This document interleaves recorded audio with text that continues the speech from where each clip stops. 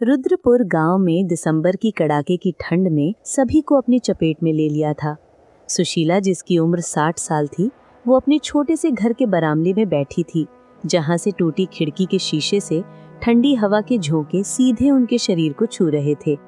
उन्होंने अपना पुराना ऊनी शॉल और कसकर लपेटा, पर कांपनी नहीं रुक रही थी।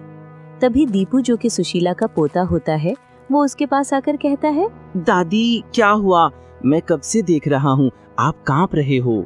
कुछ नहीं बेटा, बस बुढ़ापा आ गया है, इसलिए बहुत ठंड लग रही है और ये शाल भी मुझे इस ठंड से नहीं बचा पा रही है। तो भी अंदर से सुशीला का बहू आती है और दीपू से कहती है, अरे दीपू बेटा, तू इतनी ठंड में यहाँ क्या कर रहा है? अंदर जा, यहाँ कितनी ठंड है, तुझे सर्दी लग जाएगी, जल्दी जा। तभी दीपू ने दादी की ओर देखा, जो ठंड से बहुत कांप रही थी। दीपू ने अपनी माँ से कहा, माँ, दादी देखी कितनी कांप रही है, मुझे लगता है दादी को सर्दी लग गई है, आप इनको डॉक्टर की यहाँ दिखा आइए। दीपू, तू बहुत दादी का चमचा बनता है, तू अंदर जा, इतना भी ठंड नहीं है कि तेरी दादी मर जाएगी, जा तू अंदर। दीपू दादी की ओर देखता है, तभी दादी उसको अंदर जाने का इशारा करती है। दीपू दुखी होकर अंदर चला जाता है। बहू, पता नहीं आज मुझे बहुत ठंड लग रही है, तुम मेरे लिए एक बाजार से एक कंबल ला दो मेरे लिए, आज बहुत ही ज्यादा ठंड है। ठीक है, अभी तो कंबल नहीं है, कल मार्केट जाऊंगी तो ला दूंगी, अभी आप कैसे भी गुजारा कर लो। इतना कहकर नीतू कमरे में चली जाती है। सुशीला बिना कंबल के ही सो जाती है। ठंड इतना होता है कि उसको नींद भी नहीं आती। अगले दिन नीतू सुबह सुबह सुशीला के कमरे में आती है और गुस्से से कहती है, माँ, आप अभी तक सो रही हैं? आज कुछ मेहमान आ रहे हैं घर में, कितना सारा काम है, घर की साफ सफाई करनी है, खाना बनाना है, उठ जाइए। सुशीला उठी, मगर उसके घुटने बहुत दर्द कर रहा होता है, उनसे चला भी नहीं जा रहा था। तभी वो बहू से कहती है, बहू, मेरे घुटने दर्द कर रहे हैं, मुझसे चला भी नहीं जा रहा है, आज तुम ही खाना बना लो, मैं ठीक हो जाऊंगी तो मैं सारा काम कर दूंगी। हर बार का यही नाटक रहता है आपका माँ, झूठ बोलने की भी हद होती है। उठिए माँ, नहीं तो मैं राहुल से आपकी शिकायत करके आपको घर से निकलवा दूंगी, फिर रहना पूरी रात ठंड में। ये सुनकर सुशीला डर जाती है।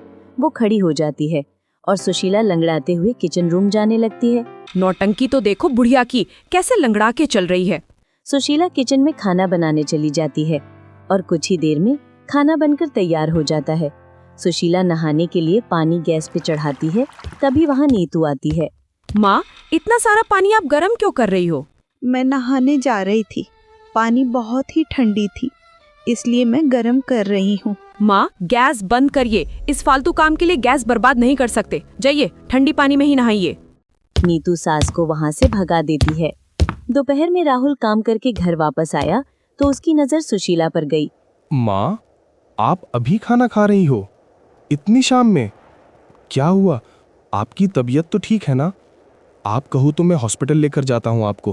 तभी अंदर बेडरूम से नीतू की आवाज आती है, अरे आप आ गए, आइए अंदर आइए, बाहर बहुत ठंड है। राहुल ने माँ को नजरअंदाज करके बेडरूम चला गया। अगले दिन शाम को नीतू सास के पास आई और बोली, माँ, आज आप बरामदे पे ही सो जाना, मेरी एक सहेली आज यही रात रुकेगी, तो वो आपके कमरे में ही रहेगी, तो आप अच्छे से बेडरूम साफ करके रख दीजिए, बस कुछ ही घंटे में आ जाएगी। और मेरे बेडरूम से कंबल लेकर अपने बेडरूम में रख दीजिए, ताकि मेरी सहेली को ठंड ना लगे। पर बहू, ठंड बहुत ज्यादा है, मैं बाहर कैसे सोऊंगी? मेरे पास कंबल भी नहीं है बहू। पर वर कुछ नहीं, आप यहीं सोंगी, ये मेरे आदेश हैं। अगर मेरे दोस्त के बीच आपने यही सब नौटंकी की तो मैं पूरी रात आपको घर के बाहर छोड़ दूंगी, वहीं आप सोना, वो भी बिना कंबल के। रात में सुशीला बिना कंबल ही पे सो गई। उसका पूरा शरीर ठंड से अकड़ गया था।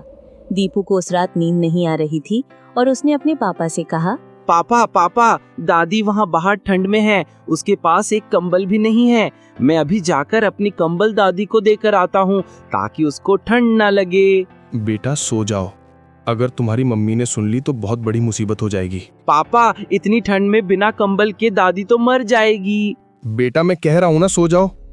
माँ के पास स्वेटर है ना, उसको ठंड नहीं लग रही होगी, तुम परेशान मत हो। रात भर सुशीला ठिठुरती रही। उन्होंने भगवान से प्रार्थना की, भगवान, मेरे बच्चों की आंखें खोलो, मैं इतनी तकलीफ में हूँ, फिर भी दोनों आराम से सो रहे हैं, इससे अच्छा तो आप मुझे अपने पास बुला लो भगवान, अपने पास। अगले दिन दीपू स्कूल पहुंचा। उसके चेहरे पे उदासी साफ साफ दिख रही थी। पता नहीं मेरी माँ को क्या हो गया है, वो हमेशा दादी को परेशान करती है, घर का सारा काम करवाती है। पता नहीं दादी ने खाना खाया भी होगा या नहीं। दीपू की स्कूल की छुट्टी होने के बाद वो घर पहुंचा। दादी को बहुत ठंड लगती है, क्यों ना मैं अपना पिग्गी बैग तोड़कर दादी के लिए एक हीटर खरीद दूं? दादी खुश हो जाएगी। हाँ, यही करता हूँ। दीपू सुबह उठकर मार्केट गया। उसने एक छोटा सा हीटर खरीदा और दादी के पास रखते हुए कहता है, दादी देखो मैंने आपके लिए क्या लाया है, अब आप ठंड में नहीं कांपेंगी। अरे बेटा, ये तूने कहाँ से लाया? ये हीटर तो बहुत महंगा लगता है। सुशीला की आंखों में आंसू आ गया। दीपू ने हीटर का बटन ऑन किया और थोड़ी ही देर में बेडरूम में गर्माहट आ गई। तभी नीतू सास के रूम में आती है और हीटर देखती है तो वो गुस्से में कहती है, ये हीटर कहाँ से आया इस घर में? किसने खरीदा और बिजली बिल कौन भरेगा इसका? माँ, ये मैंने खरीदा है। वो दादी रात में कांपती है ना, अब से नहीं कांपेगी। तुम्हारे पास हीटर खरीदने के लिए इतने सारे पैसे कहाँ से आए? जरूर तुमने चोरी की है। रुक, मैं अभी तेरे बाप को कॉल करके तुम्हें मार खुलवाती हूँ। ये हीटर जहाँ से लाए हो वहीं वापस करके आ। माँ, ये हीटर मैंने खुद के पैसे से खरीदा है। मैंने पिग्गी बैग तोड़कर इसे खरीदा है। नीतू ने गुस्से में हीटर का प्लग निकाल दिया और दीपू को अपने कमरे में भेज दिया। अगले दिन सुशीला बुखार से तप रही थी। सर्दी ने उन्हें बुरी तरह जकड़ जिया था। नीतू सास के पास आती है और उसे दवाई देते हुए कहती है, माँ, आप इसको खा लो, आप जल्दी ठीक हो जाओगी। घर में बहुत सारे काम हैं, तो सब आपको देखना है। नीतू, माँ की तबीयत बहुत ज़्यादा खराब लग रही है। क्यों ना मैं इन्हें हॉस्पिटल लेकर जाऊं? शायद इलाज से माँ जल्दी ही ठीक हो जाए। राहुल, मैं माँ को दवाई दे रही हूँ ना, वो जल्दी ही ठीक हो जाएगी। वैसे भी हॉस्पिटल में महंगे महंगे दवाइयाँ होती हैं, इतने पैसे कहाँ से आएंगे? इतना बोलकर नीतू वहाँ से चली गई। राहुल भी उदास होकर अपने काम पे चला गया। उस दिन नीपू दादी के पास ही रहा। अगले दिन नीतू के मायके से फोन आया। उसकी अपनी माँ बीमार थी। दीदी माँ की तबीयत थोड़ी खराब है, वो तुमसे मिलना चाहती है, जल्दी घर आ जाओ। रंजन, मैं अभी नहीं आ सकती। मेरी सासू माँ की भी तबीयत कुछ ठीक नहीं है, उसकी ही सेवा में लगी हूँ। रंजन और नीतू की बातें सुनकर उसके पापा कहते हैं, वाह बेटी, क्या बात है। मुझे पता नहीं था कि तुम इतनी समझदार हो गई हो। तुम अपनी सास की अच्छे से देखभाल करो। तुम्हारी माँ की तबीयत इतनी भी खराब नहीं है। दवाई दूंगा तो वो ठीक हो जाएगी। ठीक है बेटा, अच्छे से सास की देखभाल करो। फोन रखते ही नीतू का दिल भारी हो गया। पापा के शब्द उसके कानों में गूंज रहे थे। वो बरामदे की ओर देखने लगी जहाँ सुशीला बुखार में कराह रही थी। अचानक उसे अपने मायके की याद आई, जहाँ उसकी अपनी माँ ने उसे पाल पोस कर बड़ा किया था।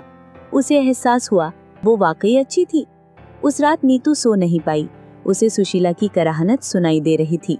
आधी रात को वो उठी। सुशीला बुखार में बड़बड़ा रही थी। राहुल, दीपू, मैं नहीं रहूंगी। तुम सबका ख्याल रखना मेरे बच्चों।